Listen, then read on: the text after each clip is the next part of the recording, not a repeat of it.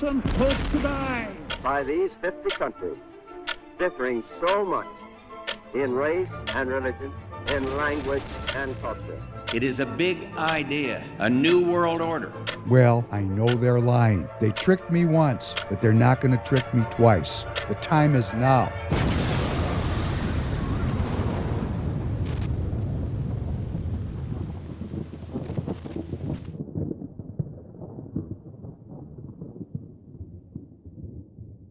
Welcome back to the Professor Penn podcast. David Penn, your host, glad to be with you. As always, sincerely glad to be here with you for this episode number 249, The Corrupted. The Corrupted. You know, sometimes they're just corrupt. And I remember that, good morning, Tanner. Morning.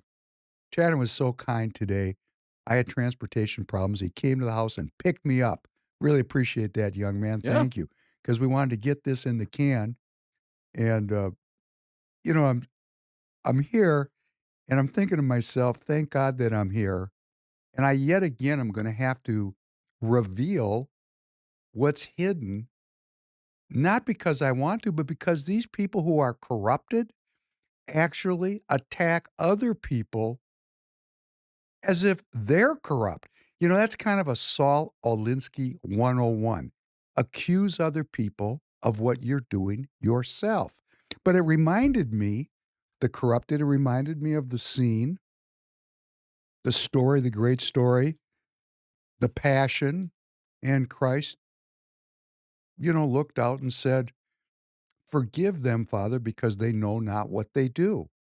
And I'm not a judge. I can't tell if these people are, well, they're corrupt. I mean, that's for sure. But I don't know if that corruption is based on ignorance and stupidity or giving over to evil. I am not a judge of that.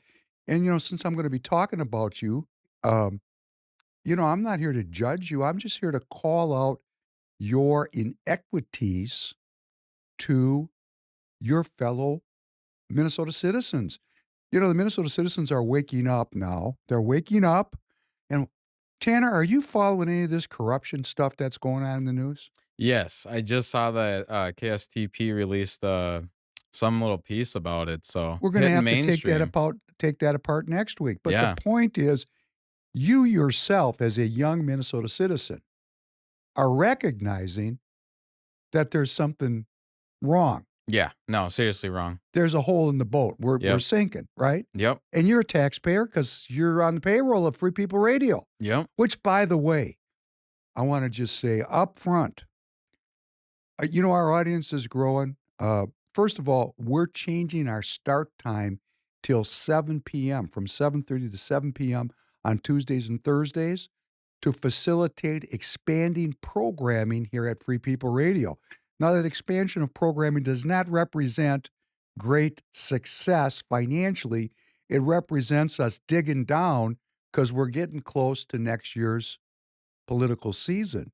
Caucuses in February, convention in May, primary in August, and then the general election in November, which once again, Tanner, it'll be the most important election in American history. Yep. Did you notice? Every election is the most important election in American history. And I'm going to tell you, as a Republican-leaning person, member of the party, I say leaning because, I mean, I'm not hanging around with these corrupted. You know, you corrupted I'm going to talk about, we're really not on the same side of the football. We're not. In fact, you know, we're going to have to do this next week. Action for Liberty.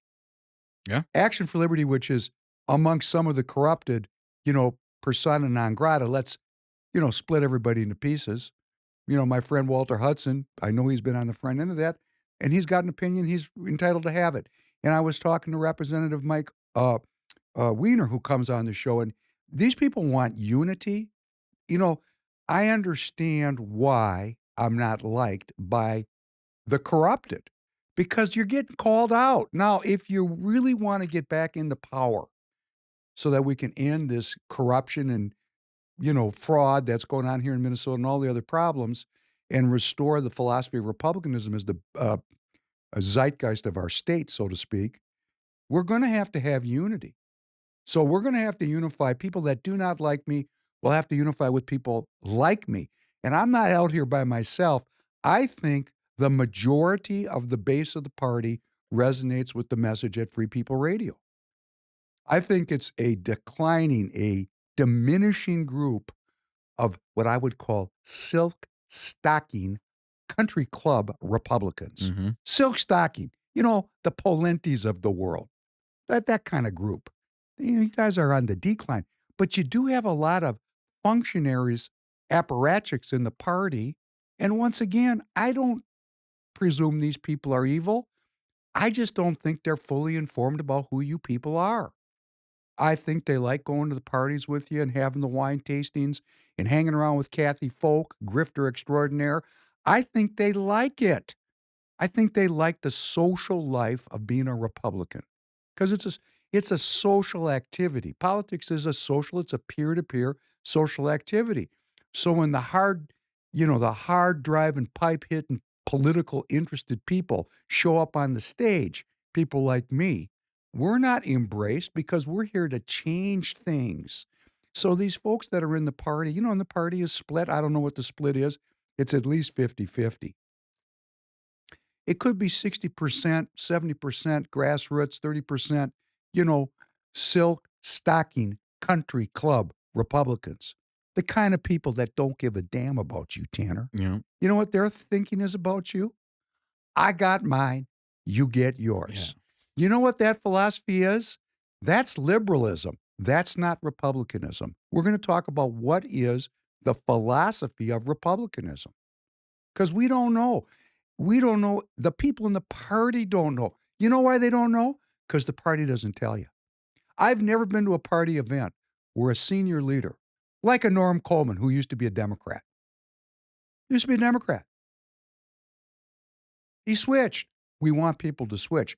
But he came over with a lot of liberal philosophy. Because he made a conversion. Maybe he went all the way now. I don't know.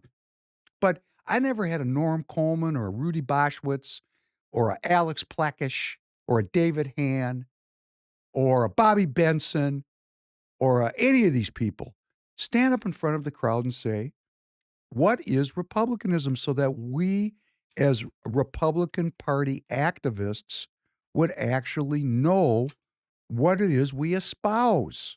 And we just don't have that. And I'm going down range here on my script because it's free form. These podcasts are great. I hope you're doing well. I'm so tired and I've been working so hard. And I got to tell you up front, the audience has grown by fits and starts. We are expanding the programming. We're going at 7 p.m. now. Please mark that down. This thing is going to grow because of what you're doing.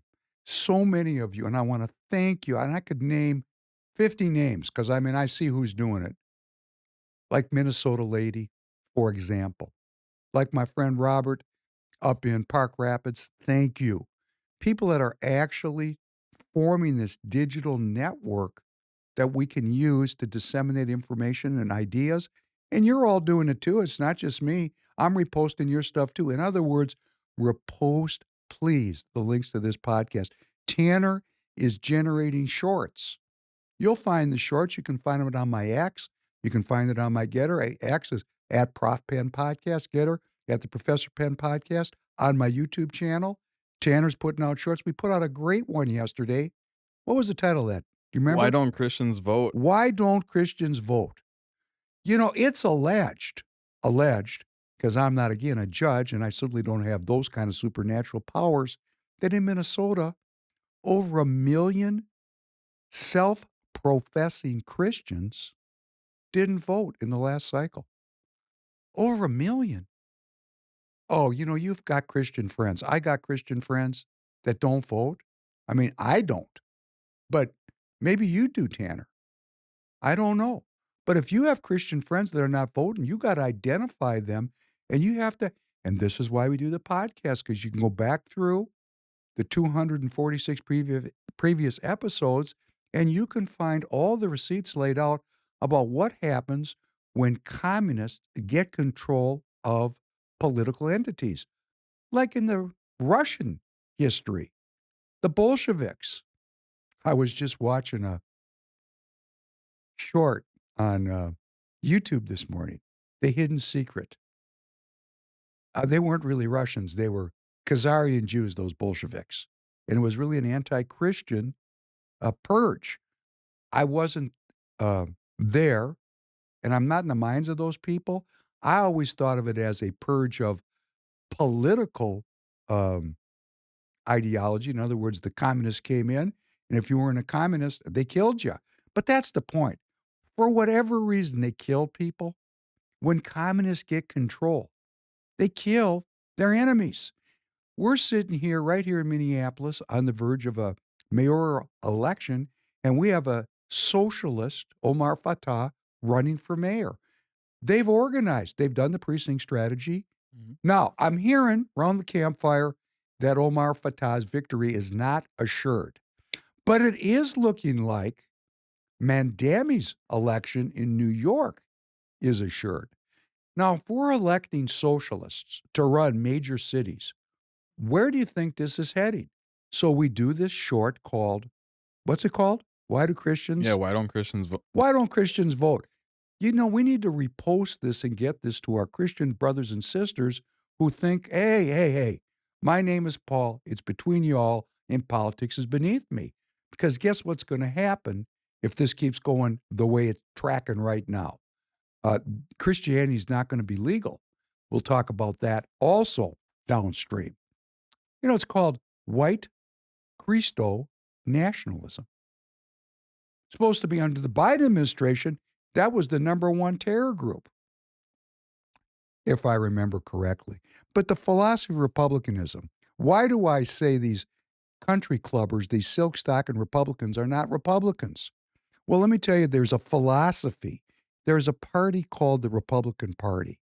They took the name Republican because they believed in a life mission to be Republicans, as in the philosophy of republicanism, not an electing Steve Daines or you can name them. I mean, it's hard to come up with one good one.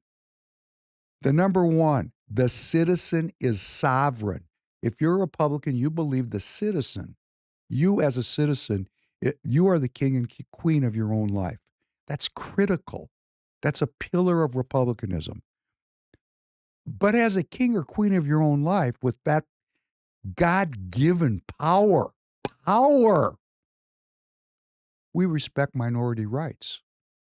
What does that mean? Well, we got a whole constitution that is built to respect the rights and protect the rights of minorities. We participate in civic life. That's what I'm doing here with you. And in fact, and I want to applaud you and thank you for just coming to the podcast, because we are an overtly political podcast. Although, you know, I'm thinking more stories, more humor. More stories, more humor. Make it fun, okay? Because politics is so unfun because of the way these people run it with lies and deceit. Man, we got the leaders, Zach Duckworth and Pawlenty, actually on tape saying, you got to trick the public. No wonder it's no fun. Who wants to hang around with people that are tricking you? That's not what we're going to do. We're not going to do it. So it's, you know, to reveal this is not a fun process, but I can make it more fun, tell some stories, tell a few jokes. But we're participating in civic life. We care about what happens. But what really makes these country clubbers, these silk stocking, white starched shirt wearing, blue suit wearing, red, white, and blue tie wearing, American flag lapel pin wearing, Harvard graduates, ex-military, married the high school sweetheart with 3 kids. What really makes them not Republican is they're not interested in the common good, or they don't understand what the common good is. The common good is not me seeing Tanner get drafted because, of course, they can't fill up the billets of the military as this World War III keeps going. So the draft comes back, and my friend Tanner, my co-worker Tanner, my co-creator Tanner, gets the call, and he's off to the Ukraine. You know, that's not the common good. He's not going to bet. Tanner, Yeah. I know you like to hunt. Do you have any interest in hunting people? No, not at all. Okay. Seriously. No, seriously, especially overseas. Like you know, it's one thing if we're getting attacked here, but Dude, you got me so messed up if you think I'm gonna go die on a piece of land that's not even connected to my home. Are you willing to die for the state of Israel? Why you gotta put me on the spot like that? Hell no. That's Well, crazy. You're gonna put me on record well, saying I'm that just now. saying. I mean, hey, hey, hey, you're an American citizen. Yeah, no, that's what I'm saying. It's about here. It's about I home. was My wa- family's here. I was watching Officer Tatum, who's really big, big, big. Yeah. Officer Tatum's big. He's so big. And his content, well, I just watched him call Marjorie Taylor Greene this morning an anti-Semite. A Jew hater. No, Jew hater. Even worse. Called her a Jew hater on X. Jew hater. That got my attention. Jew hater. I like that. Jew hater. And I'm looked down, and it's Marjorie. What did she say? Oh, she said, I want to produce legislation to stop our government from funding foreign wars like the war in Israel. I'm thinking to myself, what does that got to do with Jew hate? Yeah. See, this is where we've gone off the rails. So what we have to do, I got Jewish people who won't talk to me anymore because I say there's a difference between being Jewish and being Israeli. Hey, I'm an American-born Jew, okay? I got nothing to do with that. And I said on the podcast, I was guilty about that for most of my adult life until I recognized, praise God, I don't have to kill people for a living. Yeah. I got cousins. You'll like this story. I got cousins, two cousins, man. I grew up with these kids. My Auntie Leah. Leah, it's a biblical name. My father's name was Mesha. That's also not an American kind of thing. Took the name Big Mike when he had to get going. He did. Mesha. Anyhow, my cousins, I grew up with them, my first two cousins, Fishel and Ravane, over in St. Paul, Minnesota. And at a certain point, one of them said, hey, I'm going to rabbinical school. Hey, I'm going to Israel. And he did. And he is a settler, right? Carrying the Uzi and killing people for a living. And I thought, man, I'm living here. Now, you got to go. Now, this is the 80s, right? The 70s and the 80s. And, what are we doing? I was just talking to you about this yesterday. Remember, Greed is Good, Gordon Gekko? Yeah. Greed is Good, the first Wall Street movie. Greed is a sin. It's a deadly sin. It's something that if you get caught up in it, it's taking you out. Now, it's no better or worse than arrogance or wrath or lust or laziness or gluttony. I mean, you get hooked. And you know what's interesting? We're all hooked on something. Yep. Everybody Right. has their vice. Everybody. Well, you know what? That's why we're not in communion with the Most High God, because we choose whatever turns you on. Yeah, pretty much. Whatever. That floats was a your boat. Democrat idea. Follow your heart. That's another progressive idea. Follow your heart. Live and let live. Live and let live. Now, I like the James Bond movie. Okay, the last one here, seek the common good. That's where these corrupted, either by giving over to evil or one of these deadly sins, so to speak, or just because that's why we're doing the podcast. I would like to see as many people as possible. Watch this. You're sitting at home right now. There's going to be 10,000 people watch this podcast. You're all by yourself. Going to do a test now. If you're over the age of 40, is that right? Maybe 45. In 2000, if you voted for George W. Bush, raise your hand.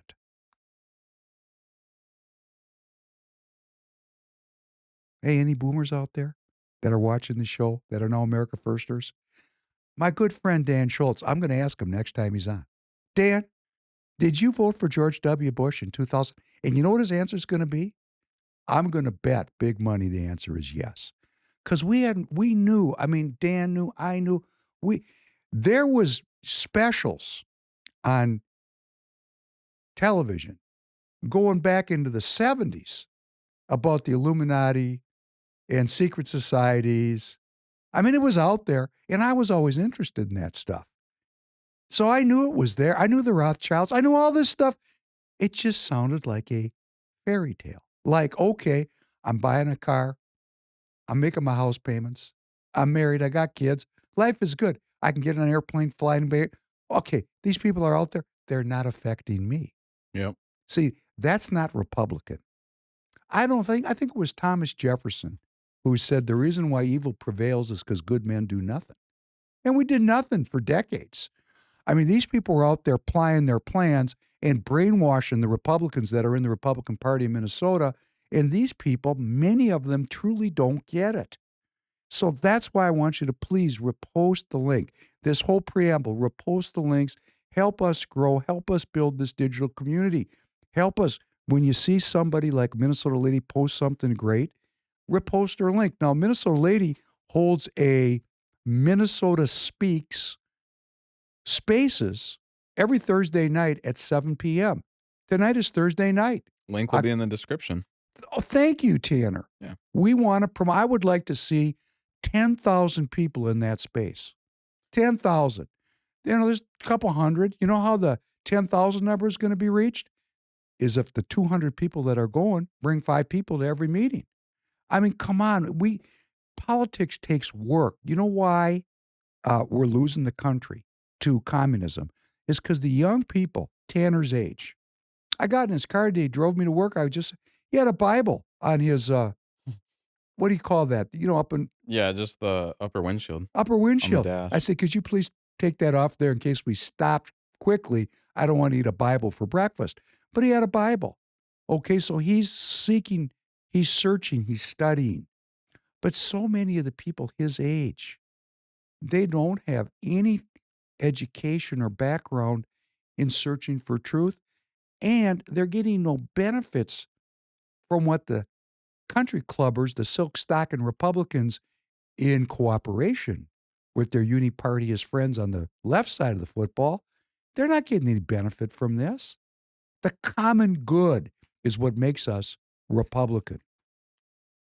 The common good. There is an archangel.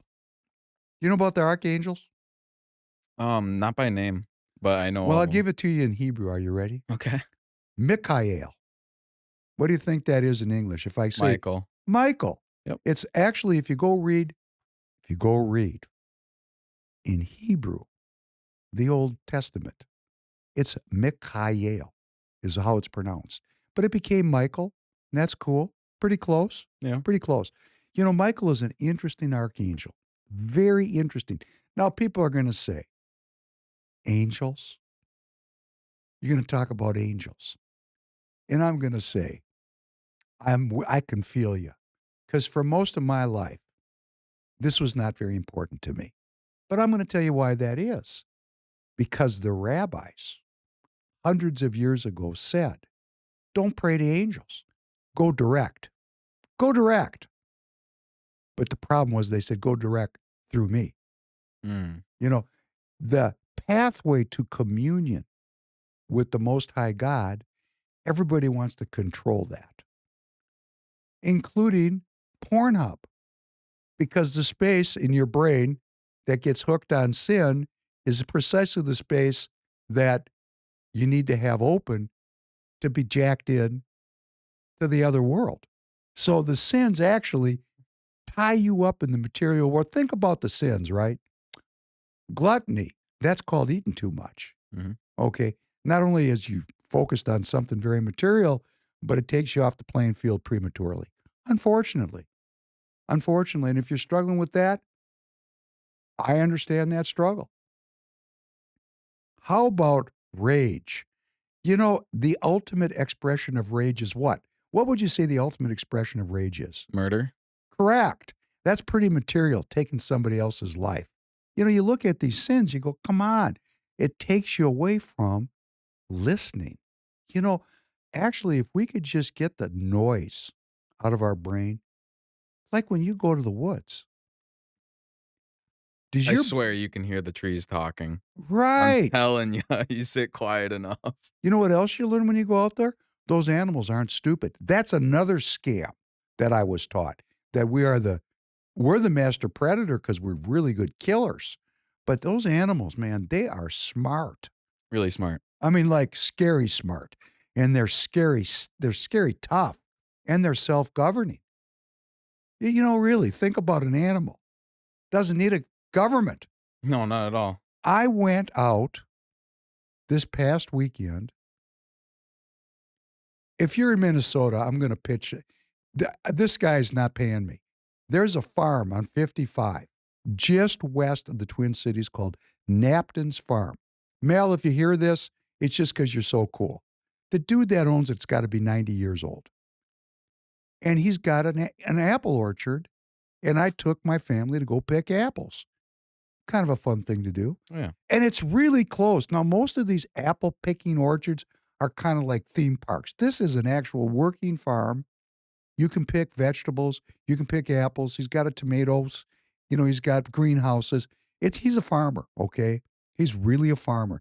And he said, man, I'm so close to the city, I'm just going to open it up for the general public and make some retail profit.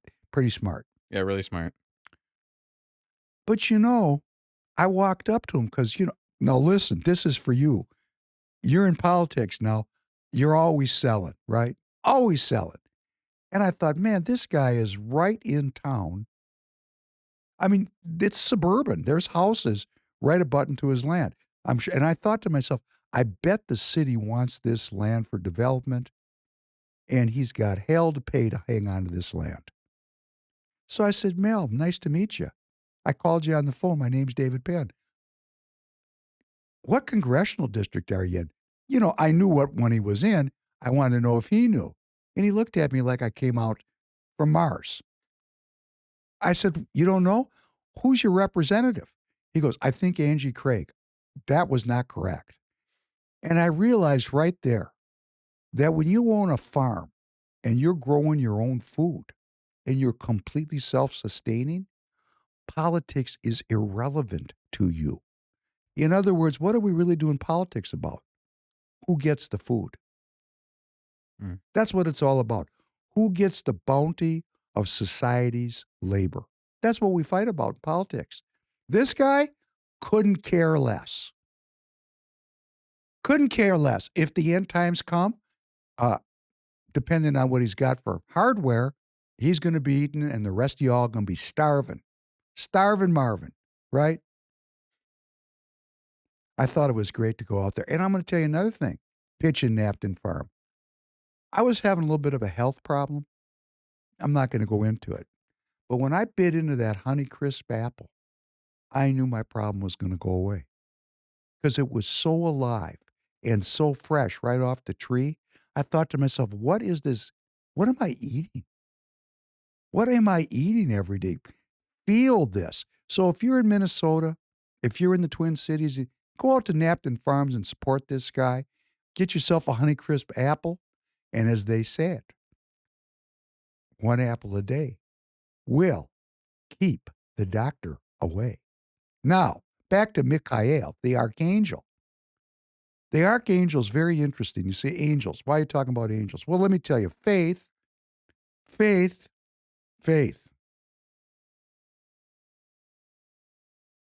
If you have it, you know it. The rest of you, trying to develop it. And when I say trying to develop it, it's a little bit like going to the gym. Like if you want to get strong. I want to get strong. That's a start. Whatsoever you wish for when you pray, believe you'll receive it and you'll have it. But if you don't help yourself to get there, you don't do the work, how can the Lord help you? So you got to go to the gym. That's what it is with faith. You got to devote yourself to the study of the history, the traditions, and the philosophy that underlie, guess what? Republicanism. See, this is why they say that Republicans are white Christo nationalists. They're not all white, which makes it really strange. For example, I look white, but I'm not really white. In fact, Royce always says to me, which I love, quit LARPing like a white man. But they're not all white. There's a lot of people who are ascribed to the Republican philosophy, like our guest Muhammad. People can't even believe that he's Republican because he's Somali. Do you know anybody can convert to become a Republican? There's Irish Republicans. There's French Republicans. There's Russian Republicans. Nay, I say it, there's probably Chinese Republicans, although I've never met one.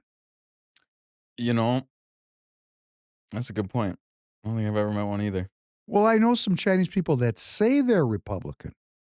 And they might remember we had Bruce Jah on a long time ago. No, you weren't here. It was a Hebrews edition I did with Royce. Yeah.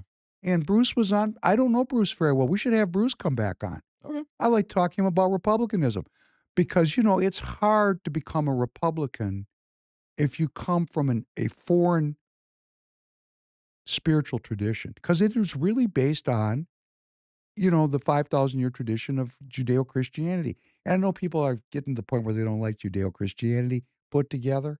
But hey, you know what? Grow up because it's the same religion. Oh, now people really head's going to blow off. Where I sit in my walk, I can't tell the difference anymore. I know what the differences are. I know I could get a rabbi in here to tell me I was a heretic, and I could get a priest in here to tell me the same thing. I get it.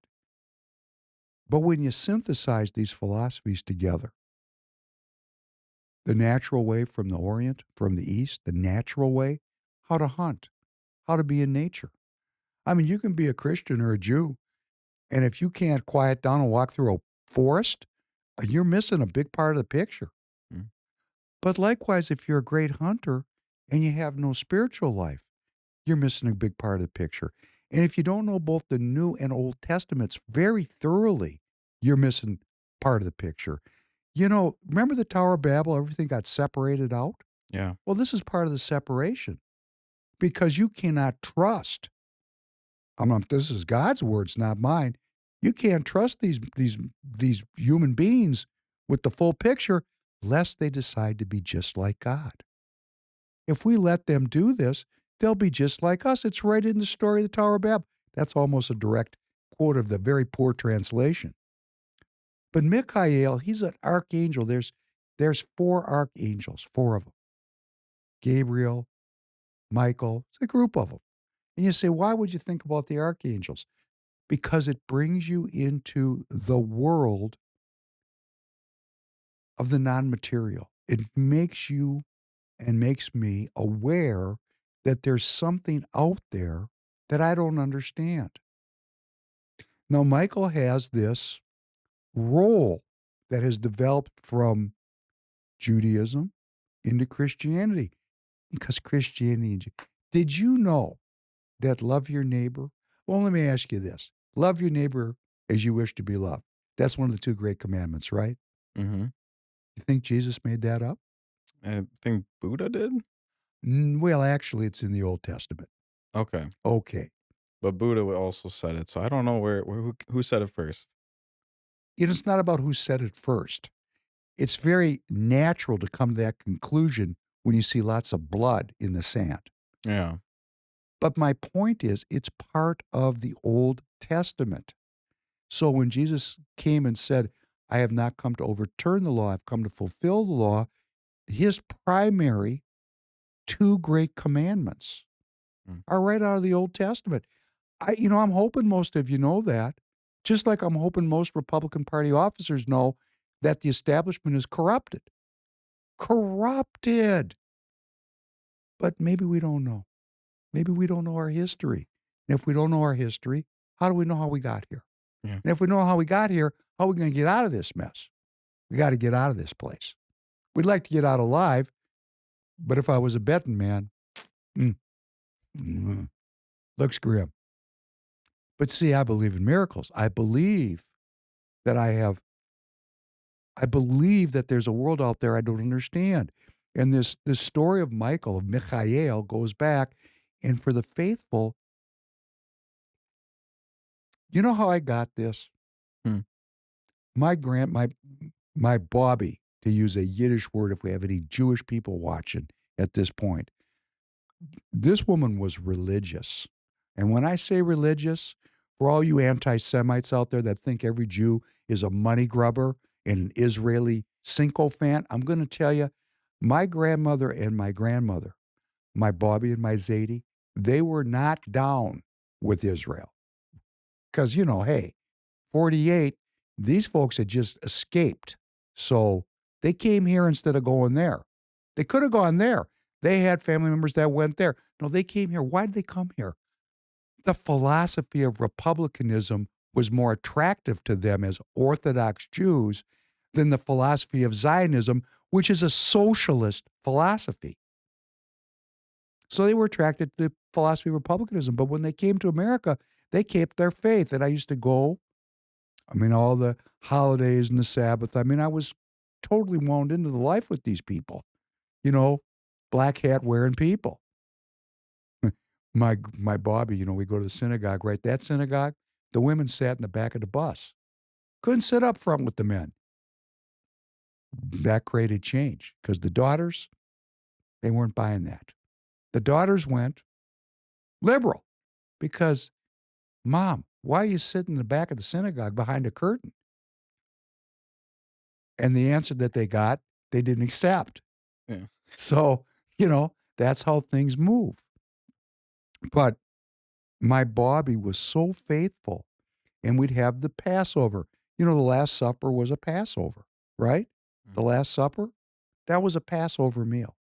Okay. Passover is a Jewish holiday commemorating the Exodus from Egypt, where God himself, not an angel, not a seraph, but God himself liberated the Israelites from bondage in Egypt. And that story, that great story, is commemorated in the Passover story, which is the Last Supper.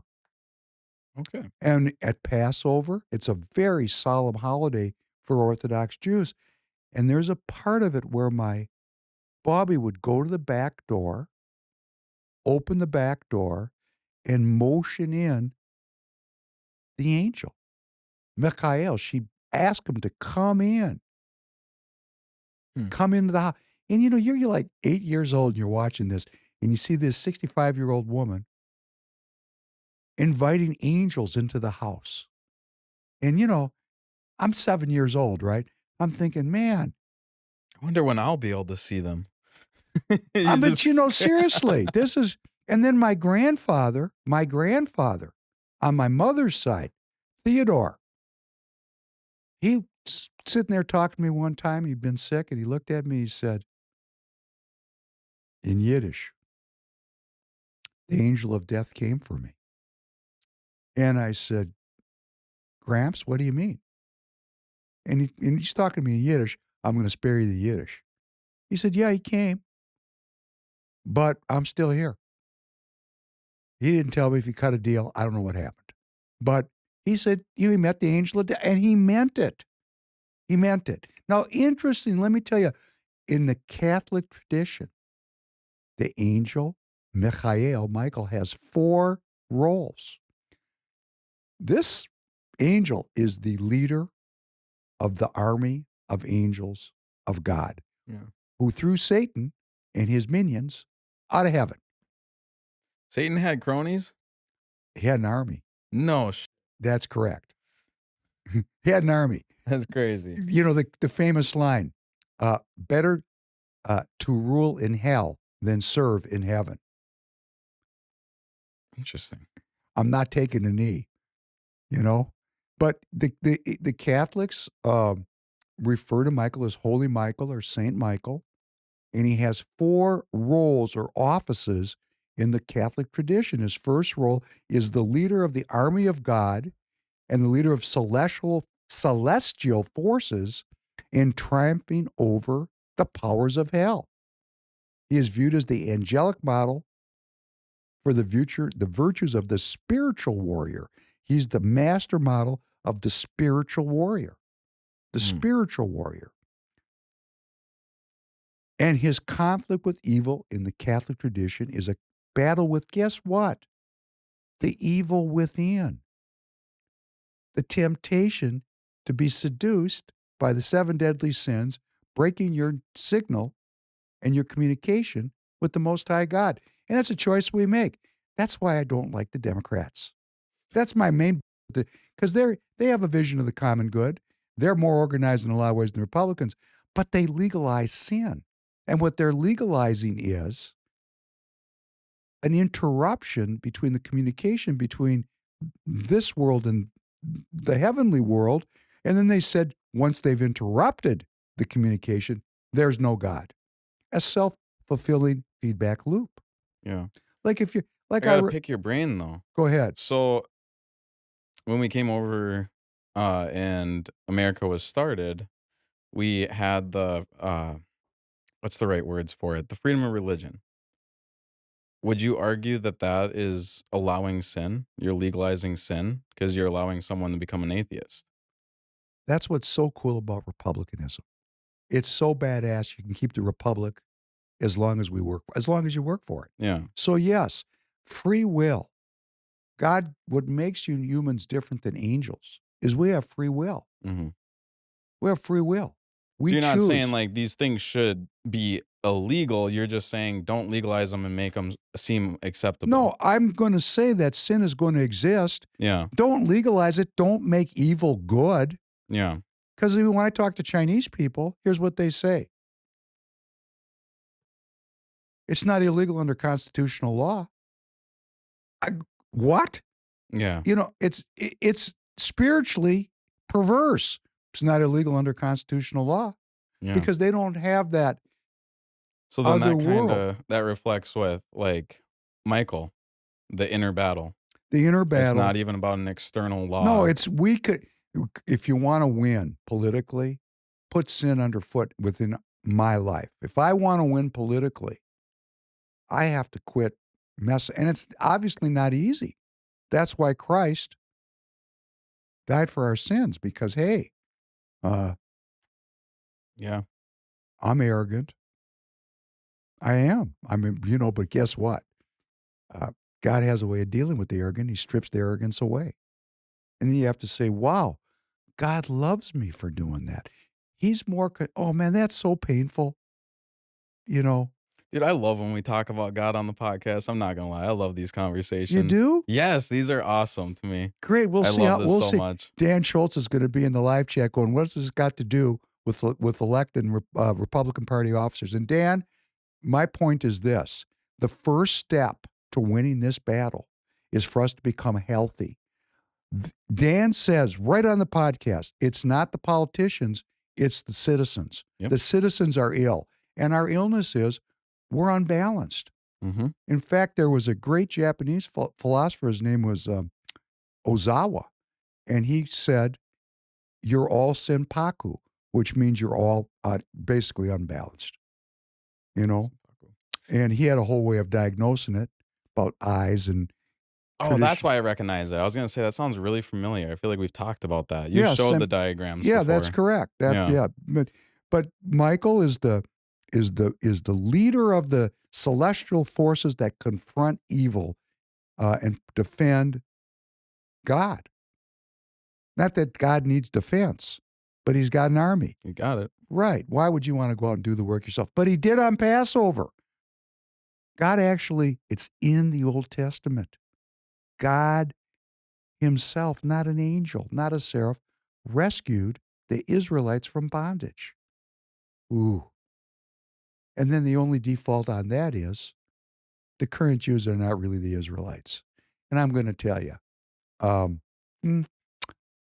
who believes is who, because who is pure at this point? Yeah. Right? We're all mutts. Number 2 role. This is an interesting role. Michael is the angel of death. Met my grandfather. He's the one that comes. He's the one that comes and ushers you to the next world, and he is the keeper of the divine scales. He's the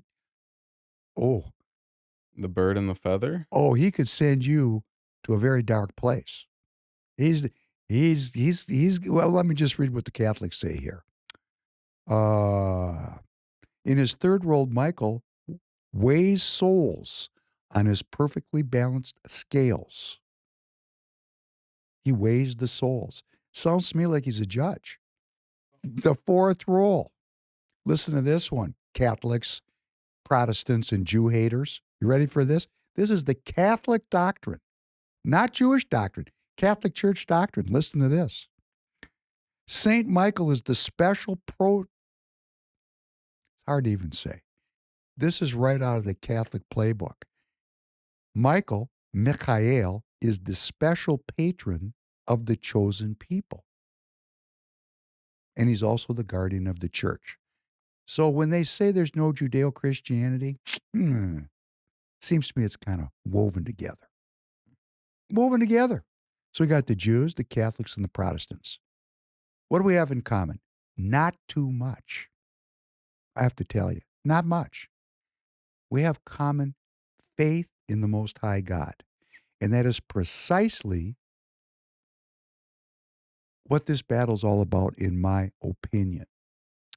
So there's a beautiful prayer. Saint Michael the Archangel, defend us in battle. Be our protection against the wickedness and snares of the devil. May God rebuke him, we humbly pray. And do thou, O Prince of the heavenly hosts, by the power of God, thrust into hell Satan and all the evil spirits who prowl about the world seeking the ruin of souls. This goes right into Psalm 91. And I'm going to read this many times, and I'm going to read it because I think this is the way we're going to win. We have to first align ourselves. And this is why they call it white Christo nationalism. They hate it so much, because religions are armies. Let's just be frank about it. They're not religions. They're armies. We had the Crusades was a Christian army. Look at the Israelis. I mean, they're Jews. I mean, they're kicking ass wholesale over there. And the Muslims, hey, whoa, ha-ha, these people kill themselves in the name of God. So I'm just going to tell you right now, the fastest way to coalesce an army is for people of faith to come together, put down their differences, and recognize that Marxism is not an economic theory. It's an anti-God theory. The economic part of it is a cover-up story, or a practical part of it. Its most important aspect to me, and we're going to have some scholar, PhD, is going to say I'm wrong. You're entitled to your opinion. To me, the opiate of the masses, or that God is an illusion, is the primary pillar of Marxism. There is no God and there is no sin. And creativity creates difference, and difference creates conflict. Those are the four pillars of Marxism. We got the four pillars of Republicanism. Let's think about the four pillars of Marxism. Number one, there is no God. And then if there's no God, there can't be any sin. That's why the Democrats legalize all the vices, because there's no sin. It's just a human behavior to monetize. So I'm here trying to monetize with TireGet.com. Please, next time you buy tires, Wendy in northern Minnesota, thank you. This is a political friend of mine. She bought 4 tires yesterday. It was great. We're mounting them. She bought premium tires. She bought American-made tires, and she paid for it, and thank God she did, because we need that kind of action. But if you need low-cost tires, we got those too. We mount them close to you. Why are we trying to monetize? Because we want to expand Free People Radio and make it the center of political news here in Minnesota. So the monetization process of sin, it's not sin to the Democrat. It's human behavior to be monetized. There is no God, pillar one. Pillar two, there's no sin because there's no God. I mean, how can you be separated from something that doesn't exist? Creativity, which I believe, because I'm creative, and if you're truly creative, you know that things flow through you. Now, if you want to be arrogant, you can say I'm all that. But my most creative moments, both in keeping myself alive, like, for example, I got in a death match with 3 people one time. Shit happened so fast, I didn't have time to think about it. Things just flowed through me. Music, great music. Hey, that's why they call it playing by ear. I probably said this on the last podcast. Adam Schwartzy has a stump speech. Every time I go to an event, it's the exact same speech, in the exact same order, the exact same words, the exact same phrases. I've never heard Royce White say the same thing twice. It's the difference of an orchestra player and a Jazz fiddle musician, player. Or jazz, yeah. Or a rock musician. Yep. And when I was growing up, man, I trained classical and violin. They looked down on the rock players and the jazz players, because the technique of the classical musician is so well defined. Practice, daily practice, like gaining faith. So I look down on man, I say, how the hell do they do that? And I had to figure it out. How does James Brown do that? How does he dance like that? How does he sing like? How do they get that moving and the grooving? I got to figure that out. No, that's not classical music. That's jazz. The third pillar of Marxism, creativity.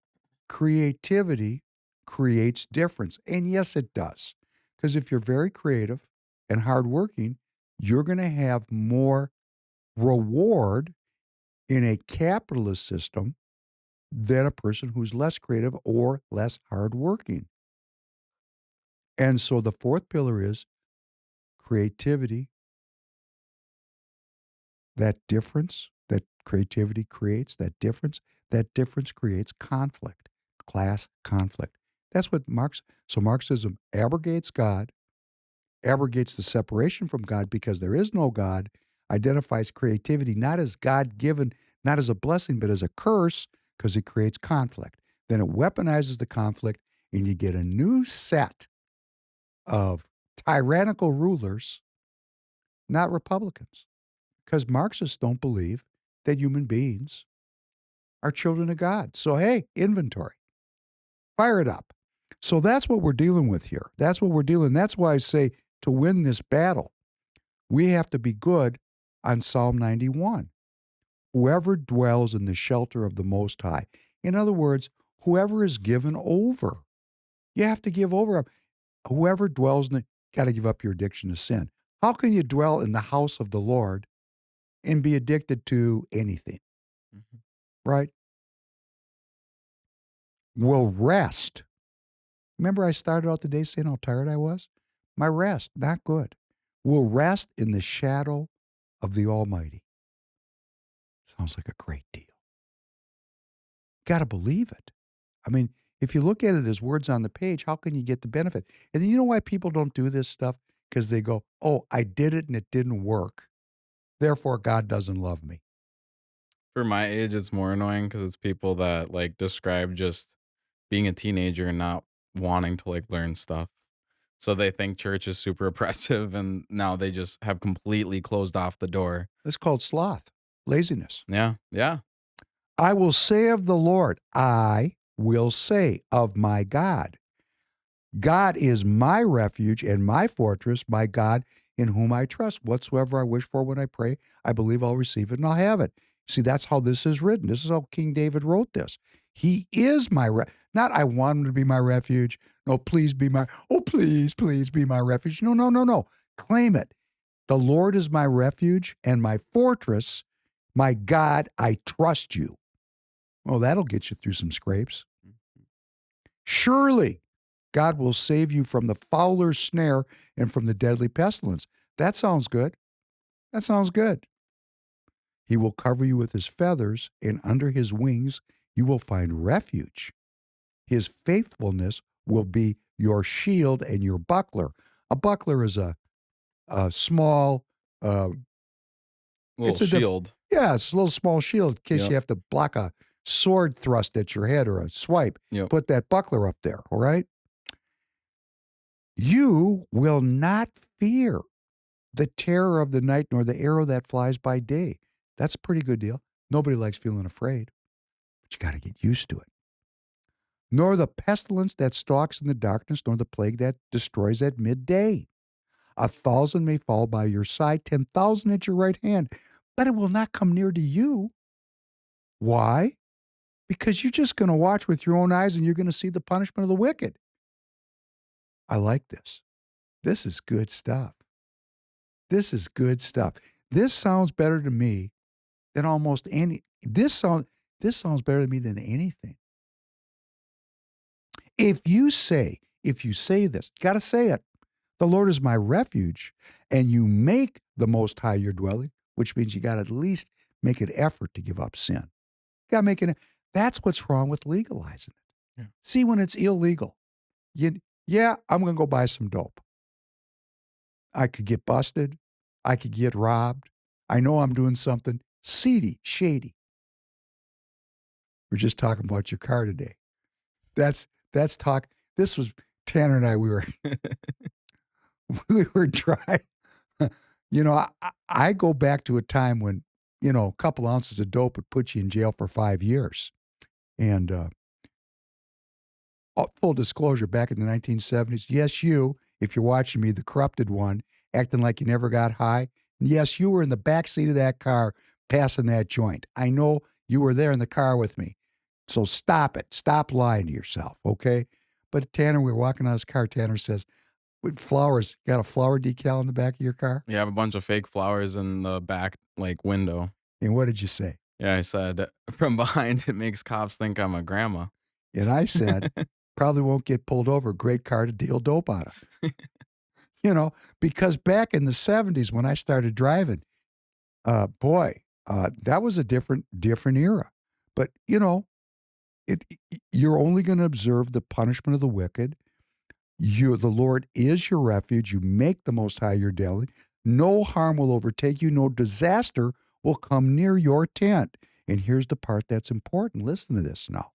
For God will command his angels concerning you to guard you in all your ways. These angels will lift you up in their hands so that you will not strike your foot against a stone. You will tread on the lion and the cobra, and you will trample the great lion and the serpent underfoot. And this is the best one. Because he loves me, says the Lord. This is the Lord talking to me. Do I love God? Do you love God? Think about, put yourself in this spot. Put yourself in this spot. Because he loves me, says the Lord, I will rescue him. I will protect him, for he acknowledges my name. He will call on me and I will answer him. I will be with him in trouble. I will deliver him and honor him. With long life, I will satisfy him and show him my salvation. Praise God. And the leftists that are watching are thinking, this dude is whack. If you haven't devoted your life to the search for truth, you didn't really put a lot of time. That'd be like somebody saying, people don't do this. This is how, I never thought of this before. This is how screwed up we are. You could take 100 people in the room, put them in the room. Any of you PhDs in astrophysics, it'll be 0 for 100 because there aren't that many astrophysicists. Mm-hmm. But we trust what those people tell us because it's science. But we don't know it. We can't work it. We can't take a radio apart. Can you take a computer apart and put it back together? Yeah. Sorry, that was a bad question to ask me. I've been putting PCs together for a while. And how many people do you know that can do it? Quite a few, but that's because they're And my you're friends. hanging around with some very strange But dudes. let's ask me the question. Like, I don't fully understand how my car works. I can change the oil and I can do a couple of things, but I cannot take that apart. I don't know anything about that. But my point is, we believe the people who profess science, and we don't study science. And, Tanner's he's an interesting dude, okay? But you're a boomer and you're watching me, okay? Have you ever studied astrophysics? No. Do you believe it? Oh, yes. Yes. Like the moon landing. Oh, yeah, we believe it. My generation. I was looking at a thing on X today. Films of that moon landing. Yeah. I can't give up the fact that we did it because I was there. Yeah, man. I I mean- don't know. As a videographer, once I saw that footage, I was like, this ain't real. What's up with this, right? But we believe it. Hey, boomers, we believe it. Come on, don't take away the moon landing. I believe that makes us great. I'll give you this. Maybe the moon landing itself was real, but the footage they showed us, that's fake. Has to be. There's no way. That's one way to talk about it. So, I'm going to talk now about some people in the party that are up to no good, in my opinion. There was an article in the Star Tribune, our local communist newspaper. And man, if you read it, it looks like a newspaper. It reads like a newspaper, But when you really read it, boy, they got an editorial bent at this place, okay? And that's what it is with media. They're no different. We got one too. We're just on other opposite sides of the football. And it started out Minnesota's rare open seat in the U.S. Senate, of which Royce White is a candidate, on the ballot next fall, should be an ideal pickup opportunity for Republicans. And then they go on, they say things like, here's Vin Weber, a former U.S. representative from Minnesota. Quote, if the broader political dynamics are working in Republicans' favor, or at least in a balanced favor, we should have a shot. But it's not there right now. And they go on to talk about all the things that are going on. Pawlenty weighs in this article. Tim Pawlenty, Julia Coleman, they all weigh in. Pawlenty says that he's a self-described Reagan Republican, which, I don't spend a lot of time. I was watching a speech of Ronald Reagan from 1964. I think we're just going to run that. Ronald Reagan was dope. He really was. When he got to the office, as so often happens, his policies were not America first. Reagan was a globalist extraordinaire. But when he was running back in 64, back in Barry Goldwater, man, I watched an hour speech of his. This guy was phenomenal. Reagan was phenomenal. Phenomenal. Pawlenty says he's a Reagan Republican. Said he was deterred from running for the Senate because of the state party's endorsement process, which, of course, you corrupted want to get rid of. Let's keep the activists out. Which has favored far-right candidates in the era of Donald Trump and MAGA movement. We have a new saying here at Free People Radio. We're not far-right, we're just right. Let me say this again. We're not far-right, we're just right. Because, let's take a look at some of this stuff in future podcasts, which we're saying far-right. It's not far-right, it's right. You people need to do a little homework. And then Pawlenty ends with, it's something I would consider running for Senate, except I can't get endorsed or win a primary in my own party. In other words, here he's admitting that the party is not silk stocking country clubber at its base. So these people are really interested in running a trick on you and running a trick on me. They want to find somebody that can fool the base and they'll cater to the leftists. And they had a guy, the Senate, there's a national Republican senatorial campaign, the NRSC, got a lot of money, tens of millions of dollars. They're seeking a candidate because, oh my God, Royce White might get the endorsement again. And I mean, I'm friends with Royce, and Royce broadcasts here at Free People, and every politician has their flat spots. And I hope Royce goes as far as he can. Royce is selling the philosophy of Republicanism. He's a salesman for this philosophy that you and I believe in. And he's super articulate, and they're afraid of him. So this group came in here. Tim Scott's leading the thing. He's a senator, Senator Tim Scott, to recruit a candidate. And I actually was involved in this. The candidate they were trying to recruit was a black basketball player. What a great way to screw up the Royce White base. This is how stupid these people are. I mean, we think they're smart because they're leading the charge. Hey, we got some dummies up at the front of the line here.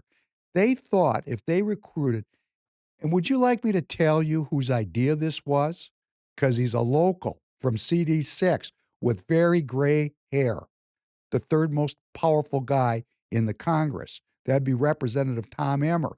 Thought, man, if we're going to blunt this Royce White dude, because he's got juice, let's go find another black basketball player. And they found a famous black basketball player in the history of Minnesota. Willie Burton was a star player for the Gophers, played for the Miami Heat, happens to be a relative of Royce's or some kind of family connection. I don't know what it was. And I went to an event, and Tom Emmer was there. I was 5 feet away from him. It was great. 5 feet. And Willie Burton was there. And Willie Burton was supposed to speak to the crowd. He was supposed to address the crowd. He was supposed to announce, was the rumor that he was going to run for Senate. And I thought, man, this is tacky. you guys are, you corrupted, are actually going to, you actually think that you can put a ringer in there and that's going to move the needle. That you guys looking desperate now. Desperado. And you know what happened, Tanner?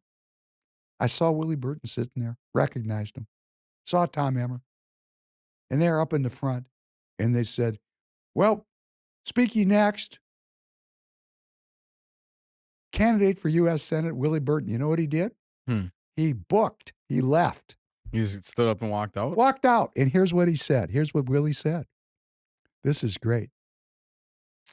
Burton, who has since passed on a Senate run for quote-unquote personal reasons, confirmed he missed meetings and phone calls with this National Republican Senatorial Committee, but insisted that he would have won had he decided to run. Isn't that great? He insisted he would have won if he decided to run. But you know what he did? He's out. So that didn't work, kids. So now we got this article in the Tribune, and its subtle comment is, let's trash Royce White. So there's this woman. Can you put her picture up while I'm talking about it? It's downstream. It's the woman, the white-haired woman. There she is. Look at that happy face. This is Kelly Fenton. She is a former deputy chair of the state party, and she is a former state legislator who lost her last race. And she is quoted as saying, Royce White should not be deemed fit to run. Well, he's an American citizen. So why wouldn't they want him to run? Well, we're going to listen to what Alex Plackish has to say in a minute in this article. Said former Republican Party deputy chair and state legislator Kelly Fenton, quote, now, if he's the candidate that's going to be on the November ballot, well, most people will concede to the Democrat running. You see, this is the self-fulfilling prophecy of the Democrat. Let's legalize sin, interrupt the communication between the people and the Most High God, and then say there's no God because they legalized the sin. That's what these people are doing. He can't win. He shouldn't run. He can't win. He shouldn't run. He can't win. He shouldn't run. He can't win. He shouldn't run. Free and fair elections, free and fair elections, free and fair elections, free and fair elections. Doesn't it kind of reminds me of that when we play those clips of all those news anchors all saying the same thing? Yeah. Because they're all going to, well, who are these people? The corrupted. That's who's saying this, not the grassroots people, because these people aren't even smart. Here's Tim Pawlenty saying, I can't win a primary in my own party. So most of the people in the party are with Royce White. And this woman's jumping up here and saying, Pawlenty, in a moment of blanked out. Occasionally liars tell the truth. Happens. Slips out. I can't win a primary and endorsement in my own party. That means they're not going to elect, they're not going to endorse, they're not going to vote for a Reagan Republican, because Reaganism is no longer the currency of the Republicans, right? In an interview in February, GOP Chair Alex Plackish, Alex from my own SD45. Hi, Alex. Hi. Somebody will clip this and say, Alex, I don't have anything personal against you. You just suck as a political operative. Your philosophy of politics is not Republican. That's number one. Number two, you're a professional. As a matter of fact, do you see this picture with Royce? Could you pop the, now you see that little red arrow that I put up there for you? Guess who that is, Tanner? Alex Plackish? That's Alex Plackish. You know what that is? That's the stage 5 minutes after Royce won the endorsement at the 2024 Republican Party convention. And I looked, and I'm right on Royce's side. Royce is so big you can't even see me. But I'm right to his right side. And I looked over my right shoulder, and there was Alex screaming like he was so excited Royce won. Oh, yes, Royce White for... And I thought, my God, Alex, because I knew him, and I knew he hated Royce. I thought, man, you are a hell of a politician. And without any principle and without any consistency, willing to do anything to advance his own personal career, even stand on the stage with a man he wrote about. In an interview in February, GOP Chair Alex Plackish predicted there would be a different outcome on White's bid for the endorsement now that delegates had more information about him. There was a lot of controversy about that, not only statewide, but also within our own party and our own activists. Plackish said of White's 2024 convention win, "I think there were lessons that were learned from the process." And you see, this is why we're going to talk about the corrupted now. Because you see, how corrupt is it to stand on the stage and bask in the glory of an election victory of a man you don't support? That's corrupt, very corrupt. In this same article, the House leader, Jim Nash, who gets like a F- rating for Action for Liberty for his legislative record, like an F. And let me tell you why I don't like Jim Nash. Well, first of all, I've interacted with him and it hasn't been fun. But the thing that really frosted me about Jim Nash is the Trump administration is suing Minnesota on a whole host of issues, including election integrity issues, issues related to gender, issues related to the Department of Justice in the Trump administration has opened up a full-blown assault on the liberal establishment of this state. And those lawsuits cost money, and guess who defends those lawsuits from the feds? That would be our state attorney general, Ellison, Keith Ellison, who's just come out and said, "I'm running again for a third term as attorney general." To defend those lawsuits takes a lot of money. A lot of money. A lot of staff. A lot of research. So we got the state attorney general's office and its resources confronting and defending the federal Department of Justice. And you know what Nash did? In an omnibus bill, which is unconstitutional, he actually sponsored it and increased the budget of the Minnesota Attorney General's office, giving it millions of additional dollars, which then Ellison can use to defend these lawsuits. That's what this is so subtly Democrat.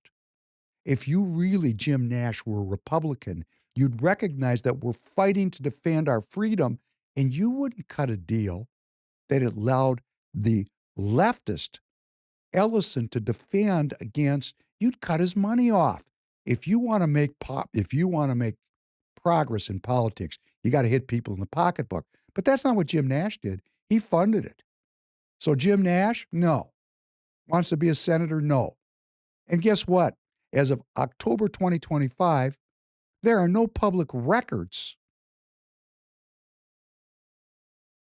that Jim Nash supported President Trump. Adam Schwartzy's prominently mentioned in this article. They're trying to elevate him, although they say he's shaky. In the article, they say he's shaky because he's shaky. Because, if you say the same speech every time, it says, "Oh, you don't think on your feet." Now, he might be a hell of a warrior on his feet.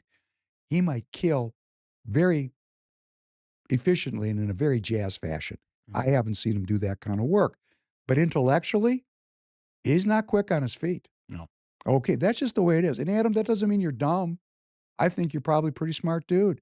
And I tell you, I respect you for your service. And because I can tell you're a warrior, I really respect you. But that doesn't mean you're the right man for this job.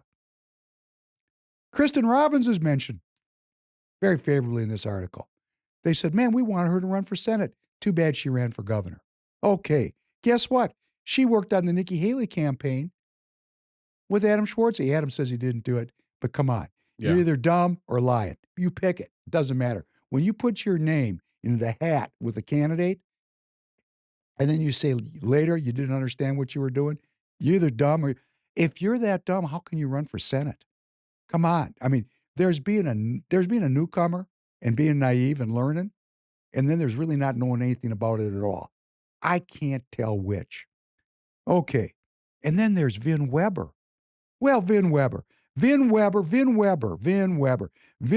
career ended in 1992 because there used to be, listen to this one. You'll like this. There used to be a bank for the Congress people. They had their own bank. And it turned out the bank was a piggy bank. And Vin Weber wrote 125 bad checks totaling $48,000 on that bank. And so he couldn't get reelected because people said, come on, can you write $48,000 of bad checks and keep your job? No. Well, he couldn't either. Isn't that great? But Finn Weber, this is what I mean when I say the corrupted. After he lost his role in Congress, his seat, the first thing he did was take a job on National Public Radio. Not something I would do. National Public Radio. I mean, that is the mouthpiece of leftism. And he was a commentator. So he went there as a Republican, kind of like Morning Joe on Morning Mika on MSNBC. Republican in name only. Huh? Got it? Got it, Vin? Vin was one of the signers of the PNAC letter sent to U.S. President Bill Clinton on January 26, 1998, advocating, quote, the removal of Saddam Hussein's regime from power. He signed that letter along with Dick Cheney, Don Rumsfeld, and 29 other notable Republicans. And you know what he did? He went into lobby. Because you see, for these professionals, when I call them the corrupted, see, I'm not. Politics is a dirty business, and that is hidden from you and me. These people pop up wearing their white starched shirts and their American flag lapel pins, and they hold court and comment on other people, like Royce White, and say they're not deemed fit for office, when in fact, let me tell you about Vin. Huh. Wow. Home mortgage giant Freddie Mac paid Weber $360,297 to lobby on its behalf to fend off meaningful regulation before the whole mortgage industry collapsed. Thanks, Vin. That was some good lobbying. That was called the 2008 financial crisis. That could have been avoided. But of course, lobbyists made sure that the barred door stayed open. We all got drunk, and then we all paid the price. We're still paying the price for that financial crisis. Vin lobbied for Gazprom, Russia's state-owned natural gas company. I thought that was our enemy, Vin. What are you doing there? He served as a top advisor to the Bob Dole for President campaign in 1996. And I have to tell you, that was a terrible candidate, Bob Dole. Terrible. Republican in name only. This guy, Bob Dole, man, woo, we're way out there in the corrupt land now. He worked on the Bush reelection campaign in 2004. And he was a top advisor to Mitt Romney in 2008. He's the chairman of the National Endowment for Democracy. Look that up if you want to see something that'll make your hair stand on end. He serves on the Aspen Institute. There is no more globalist organization than the Aspen Institute, and he's on the board of the Council on Foreign Relations. And baby, that is the granddaddy of globalism right there. He also has in his record serving on the Independent Task Force on U.S. policy towards reform in the Arab world with former U.S. Secretary of State Madeleine Albright. Could you please play the clip marked 0? We have heard that 500,000 children have died. I mean, that's more children than died in Hiroshima. And you know, is the price worth it? I think this is a very hard choice, but we think the price is worth it. So when you're working with Madeleine Albright, you're working with the Secretary of State who thinks that 500,000 Iraqi children died because of U.S. sanctions. It's a sacrifice that's well worth it. Great. Tim Pawlenty, he didn't make any endorsement of President Trump in 2024 and was quoted as saying that Trump set the party up for a likely defeat. Well, you were wrong about that one too, Governor Tim. Zach Duckworth, another one. He didn't endorse Trump in 2024. Julia Coleman worked on the Nikki Haley campaign in 2024. And then there's Kelly Fenton. Kelly Fenton, who took such a holier-than-thou attitude. She's from Texas. You know, I got a lot of business in Texas. So I got a lot of connectivity with the Texas Republican Party. Home of George Bush. Rough crew down there. You know, it's like the Minnesota Republican Party, only with oil money. Ooh. So Kelly Fenton, she was a supporter, of course, of Nikki Haley in 2024. She was. And she was a former state legislator. And there's her picture again. Put her picture up one more time. There she is. And she is so condescending. So very condescending. And she's assuming that Royce is not deemed fit to run. And the only reason I could think that they would say something like that is because, he's got that strip club thing in his background. Yeah. Oh, my God. Like these people weren't going to strip clubs and smoking dope back in the 70s. Because they were. They just conveniently forgot. Because, they're Christians now. Christians. Yeah. Christians that support the nation of Israel. They're righteous. All their inequities of the day gone by, when they were in their early 30s, don't remember it. Didn't happen. Do you got any evidence? I mean, if I didn't tell you who I was, how would you know who I was 40 years ago? Yeah. Right? Yeah. But see, I was there with all you girls and guys. I was there, right? Highland High School, 1976. I was there. I know what was going on. I'm not saying there were some people that didn't stay close to the principal. They were there, I think. I just didn't know any of them. I didn't see any of them because at the parties, everybody was there. Everybody. Because it was before digital. So when there was a party, everybody went because that was the entertainment. There was no other options. Yeah. Right? Now, Miss Fenton, I have to tell you, I don't like you because of your attitude. You're condescending to a friend of mine. And I'm not saying my friend doesn't have flat spots, because he does. I'm well aware of them. But let me tell you why I like him, Kelly. Because you're institutionally corrupt. Institutionally corrupt. The institutions are, the corruption is legal. It's legal. It's legalized corruption. Royce is not part of that. Royce might have made an error here, an error there, or he may have some personal issues like we all do. If you have a great marriage, God bless you. People have problems in their personal lives. That does not discredit someone politically. And it certainly does not discredit someone politically who is willing to confront the institutionalized, legalized corruption. Because guess what?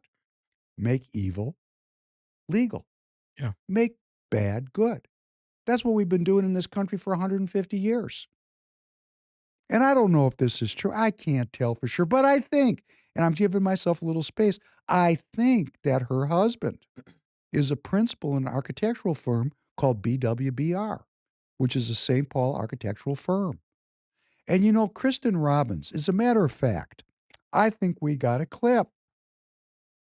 Don't we have a clip of Kristen Robbins talking about, oh no, she's talking about voter fraud. Kristen Robbins is continuously talking about this $730 million office building that she claims the Democrats built to house the Minnesota legislators. A $730 million expenditure.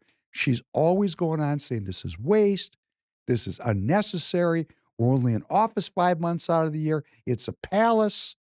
Of course, she's going to have an office there too, because it's for everybody in the legislature, but she's blaming it on the Democrat. Democrat. Yeah. But you know what? This BWBR architectural firm, they're the architects on this $730 million project. Kelly Fenton's husband is a partner in that firm. I think if it's the same guy. Kelly, if I'm wrong, you're welcome to come on. I'll treat you with a lot of respect. Because what he's doing is completely legal. His wife's a legislator. She's around her. She was in the party. She knows all the people that allocate the money and choose the architects. And I looked up in the Minnesota archives, and architectural fees for a building like that could range up to 9%. What does that mean? That means that on a building that costs $730 million, the fees are about $70 million. Oh. That's totally legal. How else are we going to do it? Right? Let's get into politics. Let's become a legislator. Let's meet everybody. Let's be respected. Let's be an icon of the party.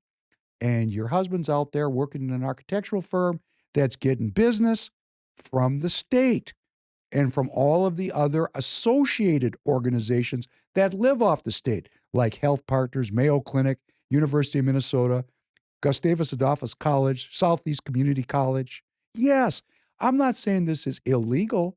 This is the way the system works. Republicanism has 4 pillars: self-governance, respect minority rights, participation in civic life, and the common good. This is not the common good when somebody makes off with a haul like this. This is not a common good. Somebody got over because of government expenditures. It's legal. I don't know how to change something like this. It's hard to be an architect. I have a best friend who's an architect. Most of them don't make money. It's a tremendous amount of schooling, super high responsibility. You have to be both creative and mathematical. It's worth something to be an architect. And maybe this is the way the system works, and this is the way the system has always worked and will always work. But let's not be impugning people over $1,000 expenditure at a strip club that got paid back with an explanation. And then somebody in the family's working for a firm that's making this kind of money off of government that you and I are paying for. We got to be brave to confront these issues. We got to be brave. You know, we got to be this kind of brave, okay? This kind of brave. In December of 1776,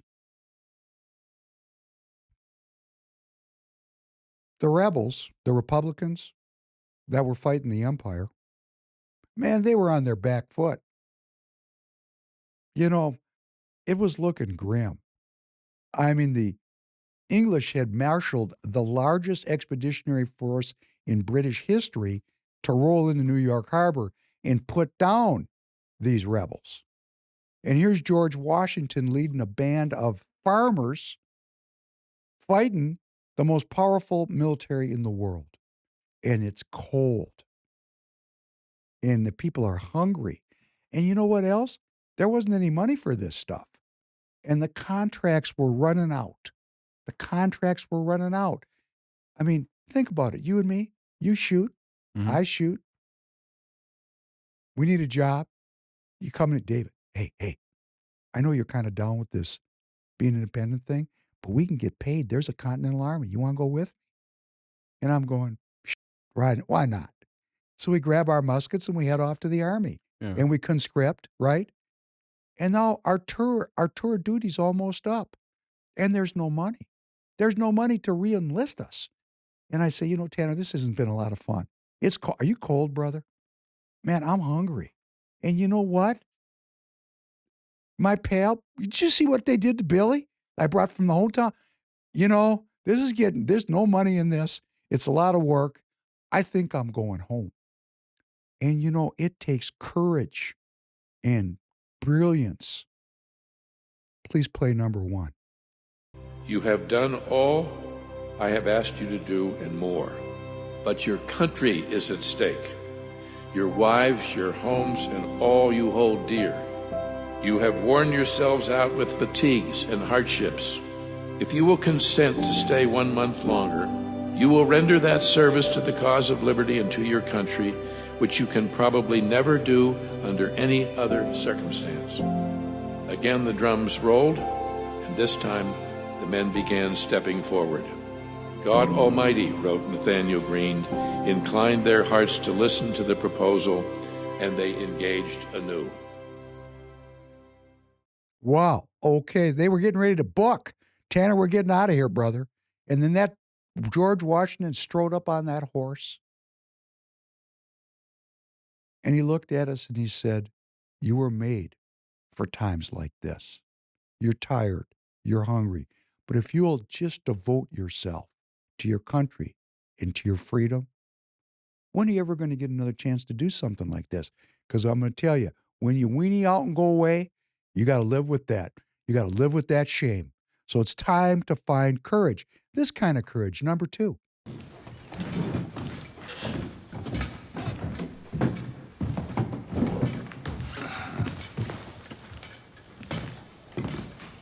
Jupiter, Mars. Come, boys, come.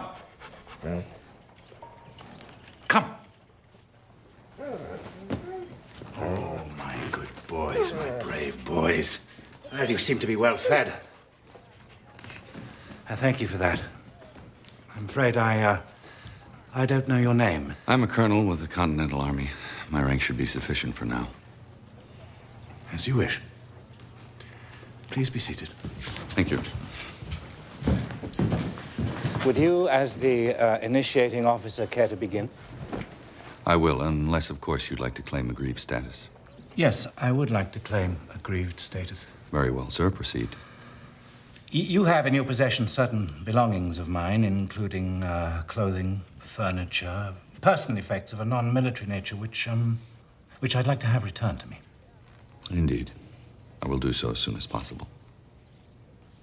Thank you. Now we come to the matter of the specific targeting of officers during engagements. Colonel, you must know that in civilized warfare, officers in the field must not be accorded inappropriate levels of hostile attention. To your mind, what are appropriate levels of hostile attention? Oh, Colonel, imagine the utter chaos that would follow from leaderless armies having at each other. There must be gentlemen in command to lead and where necessary, restrain their men. Restrain them from, say, targeting civilians, women, children, and such. That's a separate issue. No. I consider them linked. And as long as your soldiers attack civilians, I will order the shooting of officers at the outset of every engagement. And my men are excellent marksmen.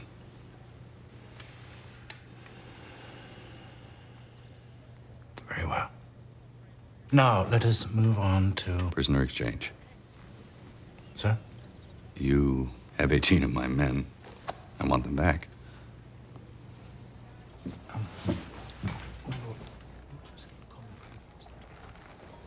But I do have 18 criminals under sentence of death, but I hold no prisoners of war. If that's your position, 18 of your officers will have to die. 19 if you hang me with my men. My officers? Sir.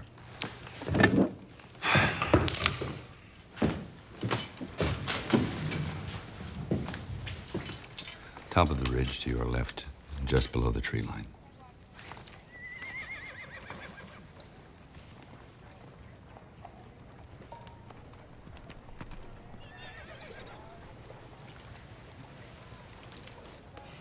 Their names and ranks? They refuse to give me their names, but their ranks are 9 lieutenants, 5 captains, 3 majors, and 1 very fat colonel who called me a cheeky fellow. You know, this is not the conduct of a gentleman. If the conduct of your officers is the measure of a gentleman, I'll take that as a compliment. Get my men. Arrange the exchange. My lord. Thank you, sir.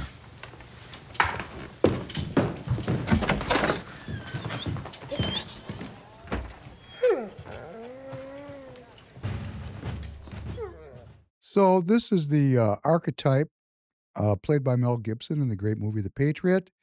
It was an amalgamation of characters that was written into his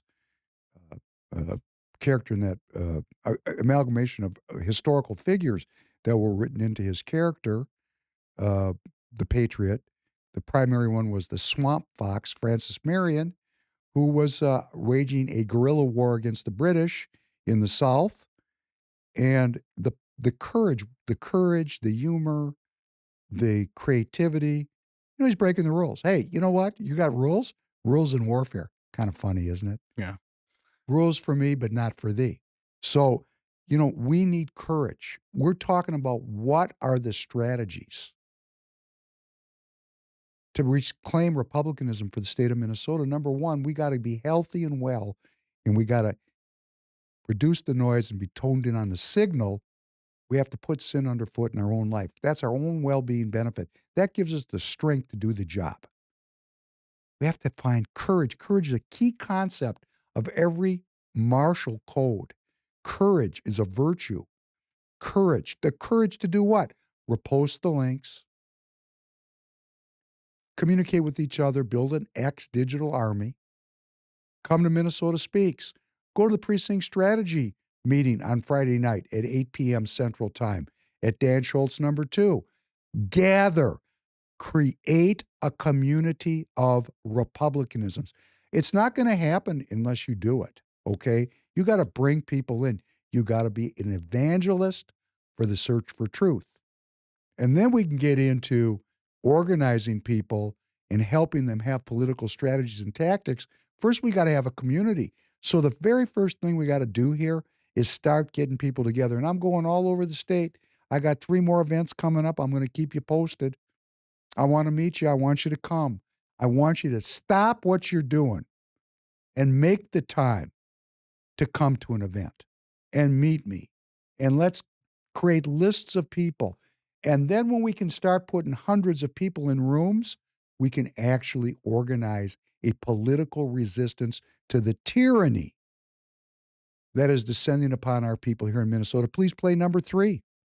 So that brings me to the point of this foundation. Clearly, they hired people as independent contractors.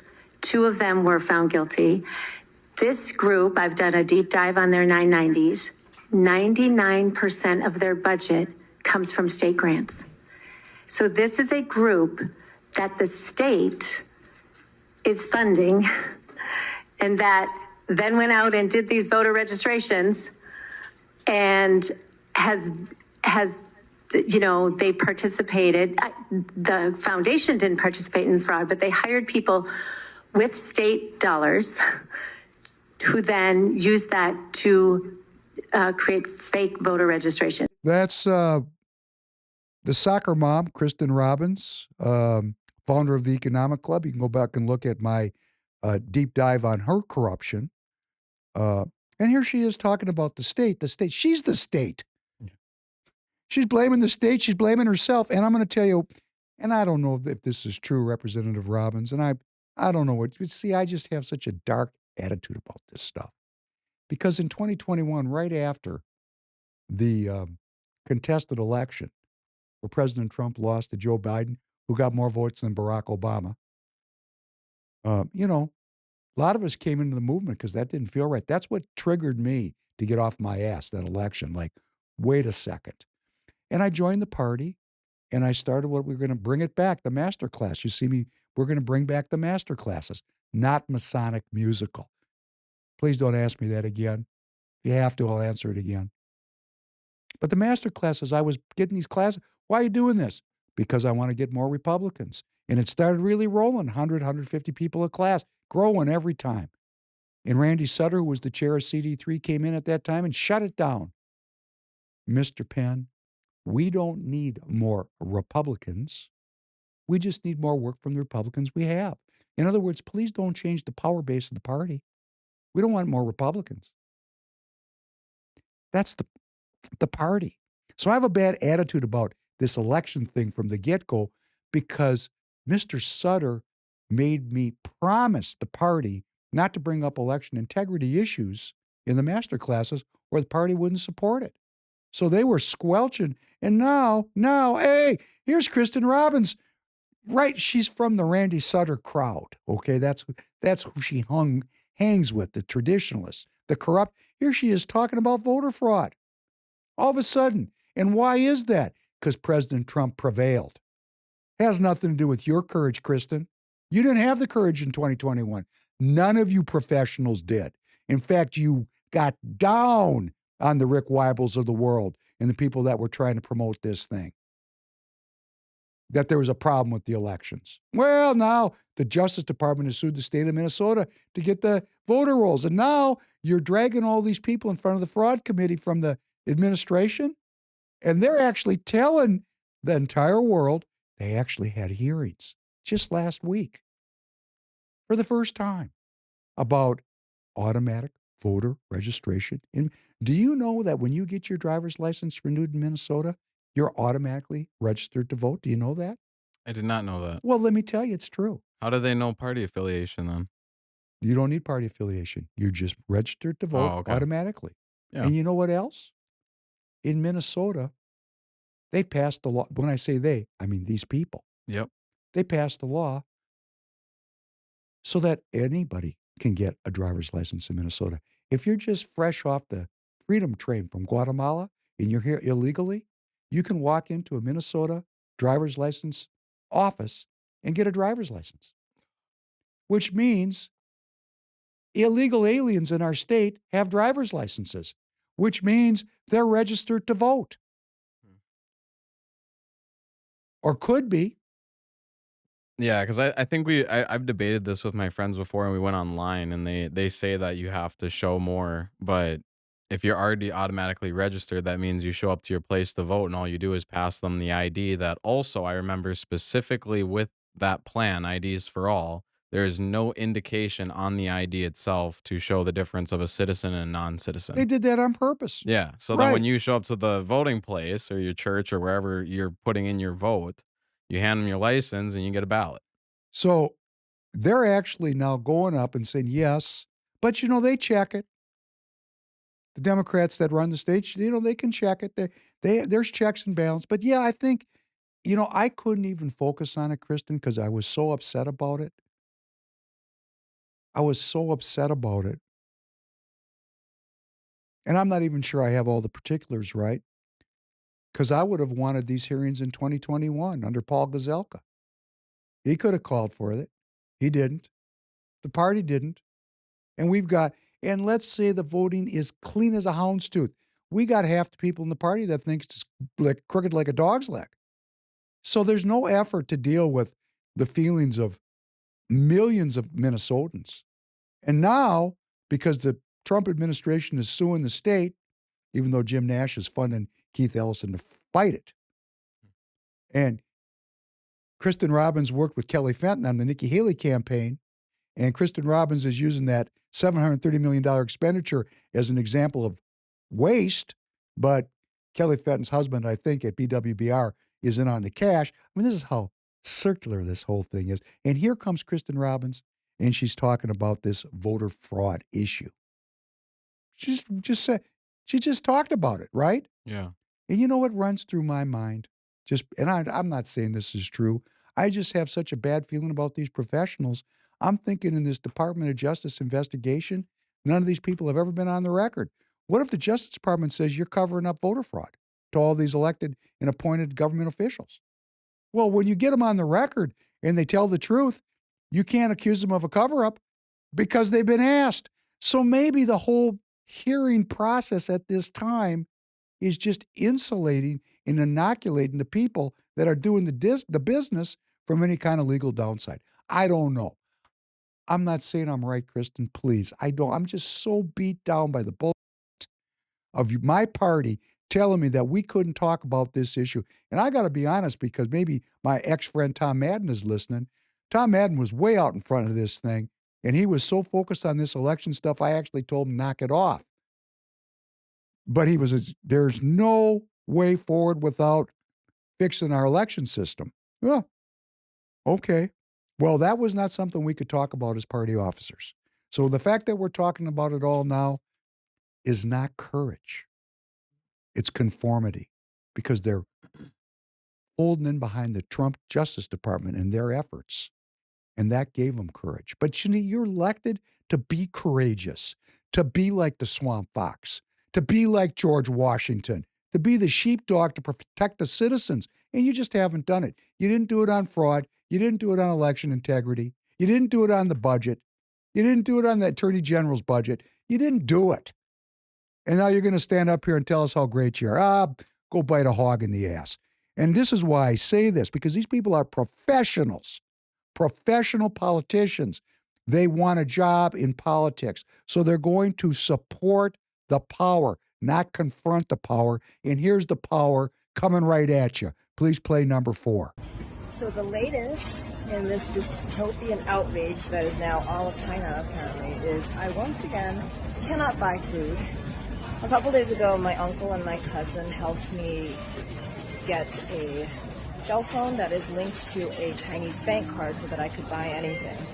But now, apparently, it has been flagged for some reason, and I have to pass facial recognition identity verification, which is insane, because all I want to do is just spend my gift card balance on this debit card.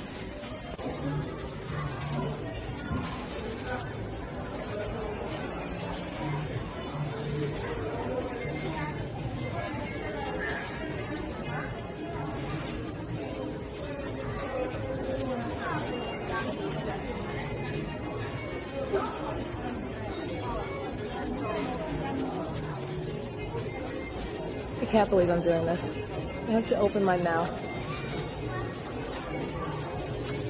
Oh my God. Terrifying.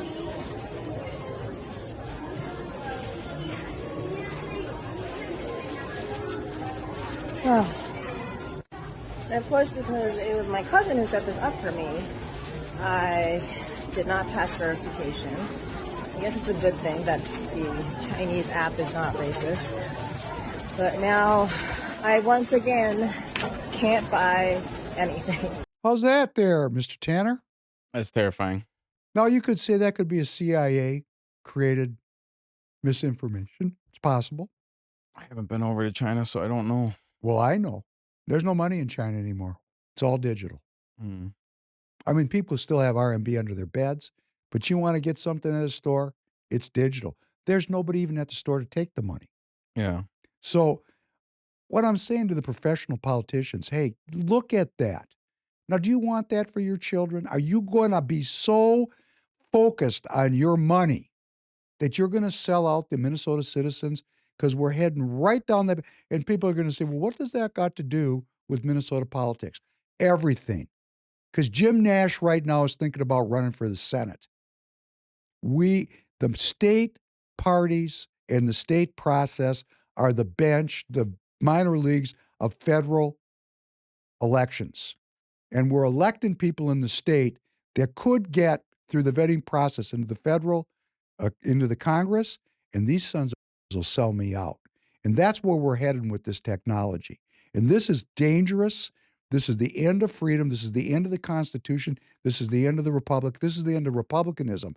Because this woman, for whatever reason, I don't know why, and I'm not even sure it's true, but what they showed us there is she couldn't verify who she was, and she can't buy food. Now, we had this conversation about your family. Yeah. Yep. Good thing I know how to hunt. I'm just saying. Okay. Yeah. So, you know, when we say here at Free People Radio, when I say I would prefer a non-professional, a citizen candidate, and we don't always agree, like a Mike Weiner, he's a citizen candidate. He's a sincere dude. We don't agree about everything. Drew Roach, we don't agree about everything, but these people are in it for freedom, to defend my rights. Not like Andrew Myers will trade my gun rights away and let artificial intelligence tell him who should have a gun and who shouldn't. Well, that's right with this app, isn't it? The same damn thing, Andrew. Quit it. Stop. And let me just end with number 6. And ban the number of bullets that go in a magazine. There's no need for any of that. I love my right-wing friends who talk about the tree of liberty is water with the blood of patriots. If you need to work about taking on the federal government, you need some F-15s. You don't need an AR-15. I'm serious. Think about it. Yeah, I'm thinking about it. You know what? Dude, when he said, I'm serious, you know the whole crowd was looking at him just, what are you saying, dude? And he's like, I'm serious, guys. Think about it. We're gonna deploy the F-15s, you know, our high-tech jets. So just give up your AR-15s. You're already outmatched. Just give up. Yeah. That's the point of gun control. Give up. That gun is not there for hunting in the Constitution. It's not. It's there as a line in the sand against a tyrannical government. And if you think that our government is not heading towards digital IDs and digital currency, you're dreaming. And all these professionals, the Nashes, the Robbins, the Pawlentys, the Webbers, the Colemans, the Duckworths, the Demuths, they'll all support it. All of them. Because that's the zeitgeist of our time. So we're going to end with something that's going to be very uncomfortable. Please play number 5. We will finally complete the biometric entry-exit visa tracking system, which we need desperately.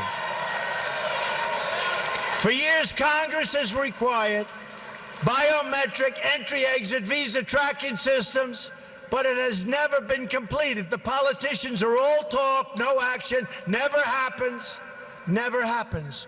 Hillary Clinton, all talk. Unfortunately, when there is action, it's always the wrong decision. Do you ever notice? In my administration, we will ensure that this system is in place. And I will tell you, it will be on land, it will be on sea, it will be in air. We will have a proper tracking system. Number 9. Thank you. So what are we talking about? We're so afraid of these illegal immigrants and all the crime associated with it that we are going to beg, and I'm talking about Republican Party members, we're going to beg the federal government to impose digital tracking systems and digital IDs for our safety, our health and safety. And I'm going to tell you, keep on going down this road. No, we need courage.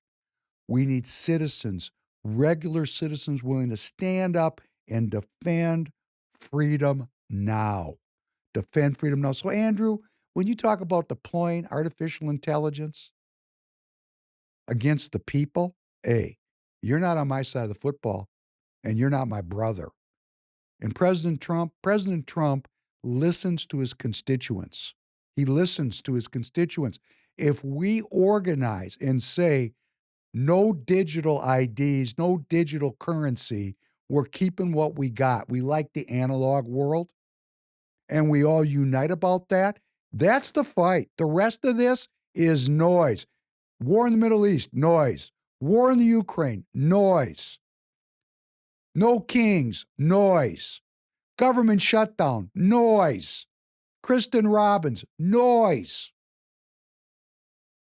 It's all a distraction so that this system can get put into place when we're not watching. If you're a Republican, if you're in Minnesota, we got to elect real people that know the dangers of this, not the Kelly Fentons of the world that are profiting from it. Why is Palantir stock going up so much? Whoa, I don't get it. What happened? Why is this stock going up? Why is that stock going up? Because they're getting government contracts to do this. We don't have anybody reliable to fight this. That's why I say, give me the politicians with the flat spots that are going to fight for freedom. And let's find the courage as American citizens and Minnesotans to fight this. You got to organize. You got to realize how serious this is. This is not a disco. This is not kidding around. And these people are not on my side, and they're not on your side. They're on the side of creating what's called a technocracy. A technocracy where the voice of the people is no longer relevant. We are consumers to be monetized, inventory to be marked and monetized from birth to death.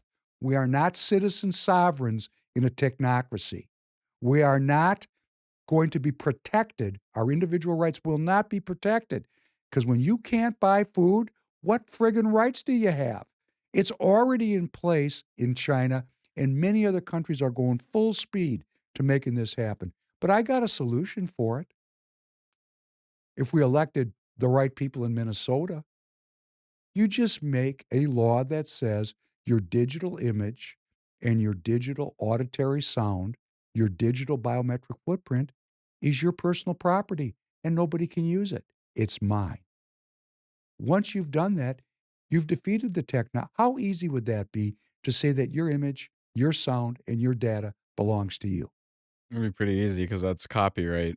Right. In media, that's literally copyright. Right. It's using copyright to protect our sovereignty. Yeah. But you would need a majority of true Republicans to pass this law. And let me tell you something. Countries are passing these laws. Look it up. This is the antidote to this. We got to have strategies. We got to have tactics. First, we got to have people. First, we got to have people that have made the commitment to put sin underfoot and have developed the courage to defend the faith and the freedom that the founders of this country identified as being gifted to us by the Creator. Thanks very much. Remember, 7 o'clock, repost the links, tireget.com, freepeoplestore.com. We got a show coming up tonight. Coming on. It's on exactly the same time as the podcast, which is a problem, which is Minnesota Speaks. Toggle back and forth or watch the podcast on replay. We really need your help. And thank you for the help you give us. Have a great weekend. Have a good night, everybody.